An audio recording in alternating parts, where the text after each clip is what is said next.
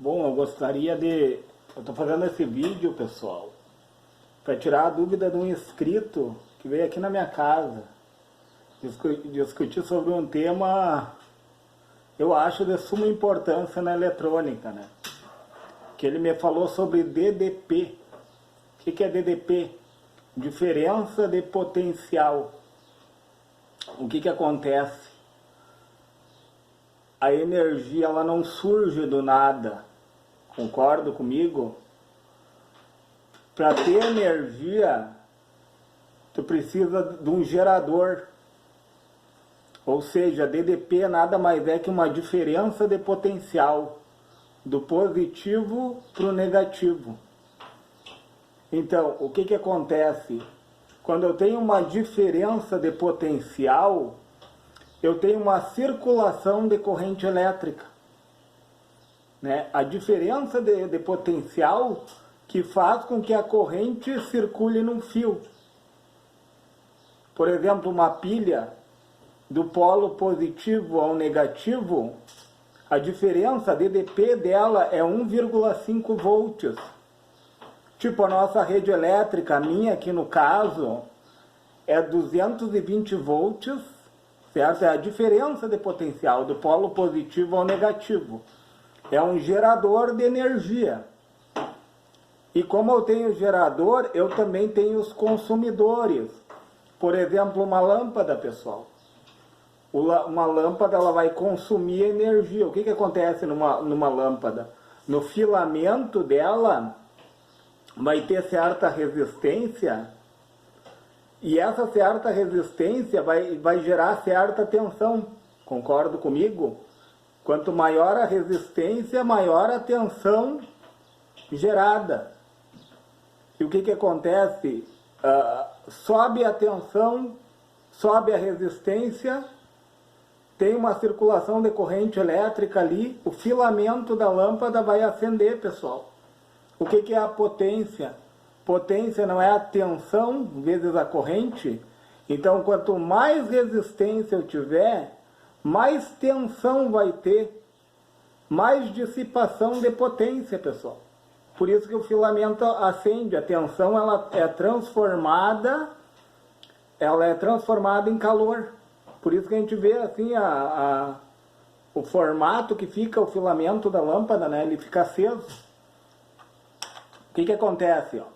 Então, eu gostaria de falar um pouco sobre os consumidores. Tipo, capacitor.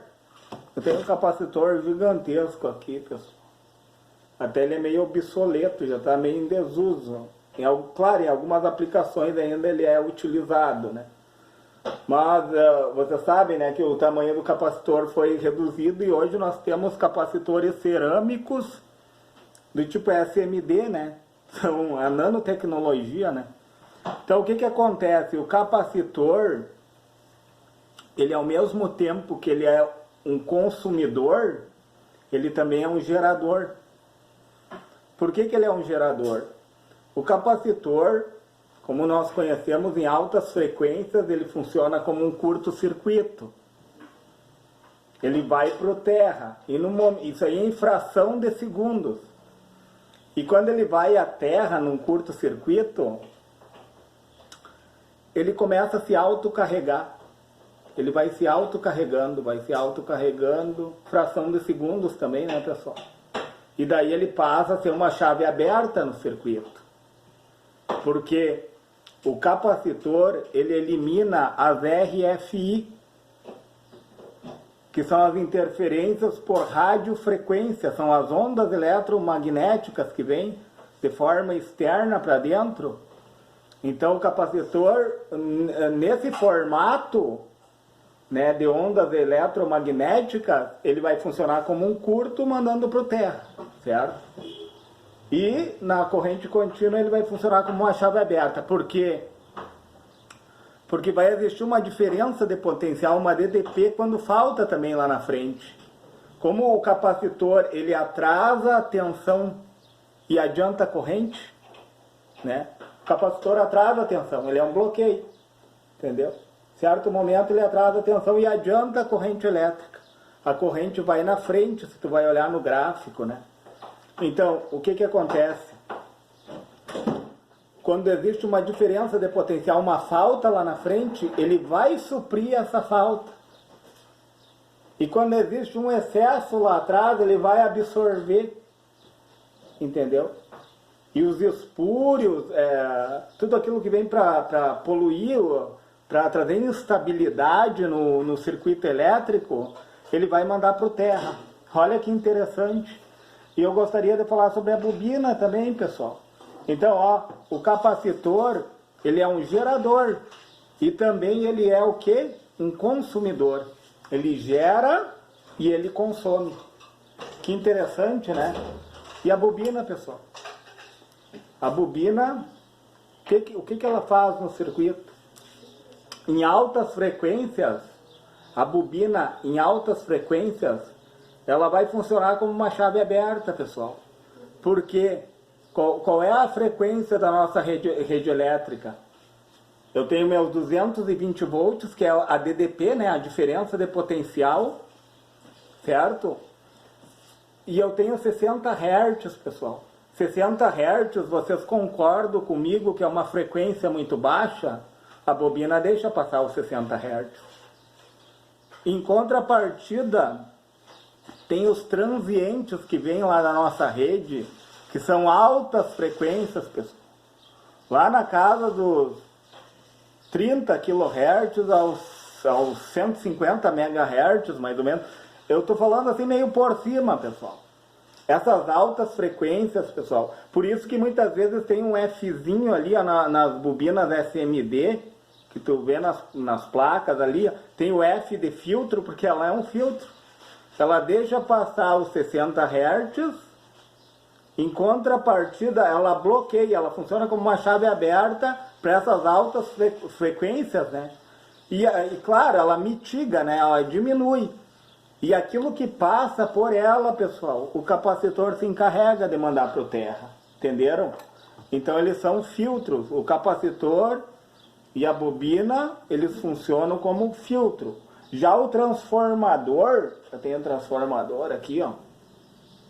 O transformador, ele transforma.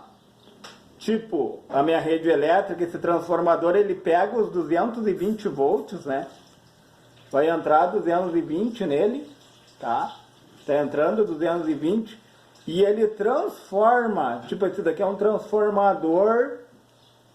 Esse transformador aqui é de um forno micro-ondas, tá? Ele pega esses 220 volts e transforma em 2000 volts. O que acontece, pessoal? No primário entra 220, no secundário sai 2000. Vocês concordam comigo que a quantidade de espiras no secundário é diretamente proporcional à tensão? Porque o que acontece? Quanto mais espiras eu tiver no secundário, maior vai ser a resistência. Quanto maior a resistência, é essa dúvida que eu quero tirar dele. Quanto maior a resistência, maior a tensão que ele vai gerar. Vocês concordam comigo que quanto maior resistência um corpo apresenta, tipo um diodo convencional no sentido direto ali, ó, vai cair em torno de 0,6, 0,7 volts sobre ele. Ele está apresentando uma resistência para que sobre ele caia 0,6, 0,7 volts. Por exemplo, entra 5 volts pelo anodo do diodo, sai pelo catodo 4,3. Vocês entendem que há uma queda de tensão sobre o corpo? A mesma forma o transformador, quanto maior a tensão, quanto maior a resistência, vamos falar assim, ó, eles são proporcional resistência e tensão. Ó.